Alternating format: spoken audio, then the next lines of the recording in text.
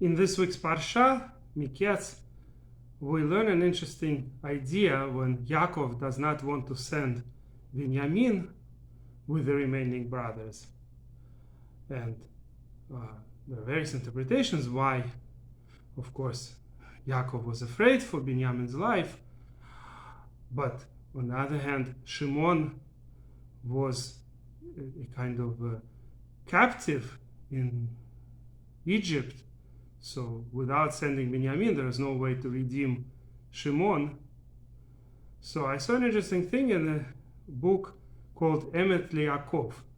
It's a sefer commentary on the Torah by Rabbi Yakov Kamenetsky, one of the Gdolei Ador in the previous generation. There is also Rabbi Yakov to the Talmud, the Shulchan Aruch. Pretty much all his books are called Rabbi Yakov, based on a verse. Titen Emet Yaakov, that Hashem will give truth to Yaakov. Anyway, Rabbi Yakov Kamenetsky writes that it's possible that Yaakov Avinu was thinking along the lines of the various opinions mentioned in Sefer Mirat Einayim, in Sma, in the end of Shulchan Aruch. Sma is one of the main commentaries to Choshen Mishpat, the section of Shulchan Aruch that deals with business, with damages.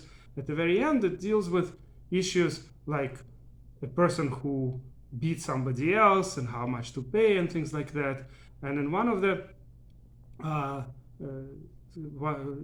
pretty much the pre-last chapter, actually, it's Tav Chavav, 426.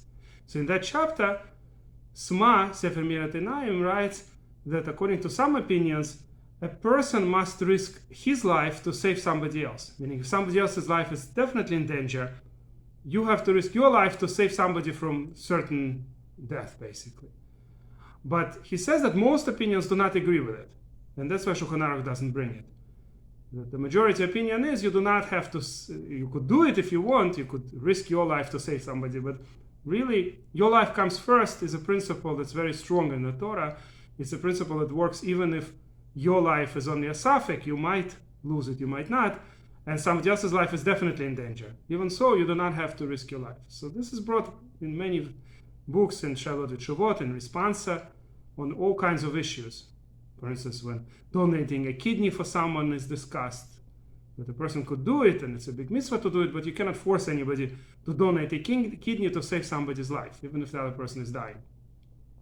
The truth is, some explain that that's exactly the dispute mentioned in the Talmud, in Babylonian Talmud. The source for those who say that one should be risking a life in order to save somebody from certain death is Yerushalmi, Jerusalem Talmud. But in Babylonian Talmud, some say there is actually a source that you do not have to risk your life in such a case. And what's the source? There's a dispute brought in the Babylonian Talmud that they used to darshan that if a person is with somebody else in a desert, and they have only a little bit of water, enough for one person. So they used to say it's better that both of them will die. Let them both drink as much water as they have, and if they die, they die. But it's not good for a person who has the water to continue drinking and let the other person die. He cannot see his friend dying, basically. And then came Rabbi Akiva and said, no, your life comes first. You're allowed to drink your water and save your own life, because this is just a general principle. Your life comes first. So some explain that we're talking about exactly that type of scenario. That when both will drink the water, it's not that they'll necessarily both die, but there is a chance that they'll both die. If they both drink the water now, they might not be able to reach any destination where the water is available. Or they might not. Maybe there is a chance that they'll survive. So it's exactly our situation, that you have the water. You could either drink it and then you'll be able to reach the destination and survive, but your friend will die.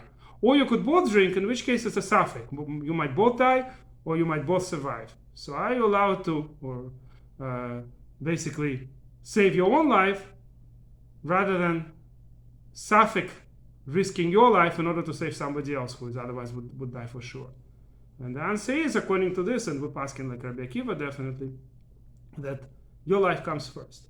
That doesn't mean that you should not do it. If you're a very special individual that's willing to risk your life for somebody else, that's your choice.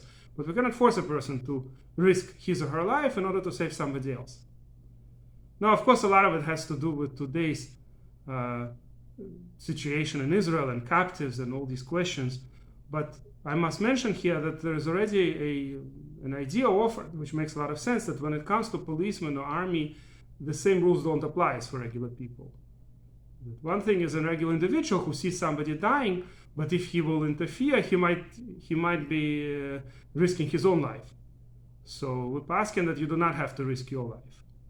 Another story is if you're part of the army, and that's how army functions. Army or firefighters or policemen, they always risk life in order to save somebody else. So that's just part of the normal function of the special people in the society. And we hope and pray that they will have success. And so according to Rabbi Yakov Kamenetsky, it's possible, this is just one of the interpretations he offers, it's possible that was exactly on the mind of Yaakov. He was thinking that I'm not going to risk the life of Binyamin in order to save Shimon. Shimon is already a captive, and I don't have to risk, and Binyamin doesn't have to risk his life to bring Shimon back home. And I'll end on a good note that in the end, Yaakov did send Binyamin, and of course everybody was saved, and our entire people was saved in the hunger years. And many, many times Hashem saved us again and again, and I hope He'll save us again this time. Whether we deserve it or not, Hashem has always been merciful to us, and we hope for the great salvation of the Jewish people. May Hashem save us from all our enemies.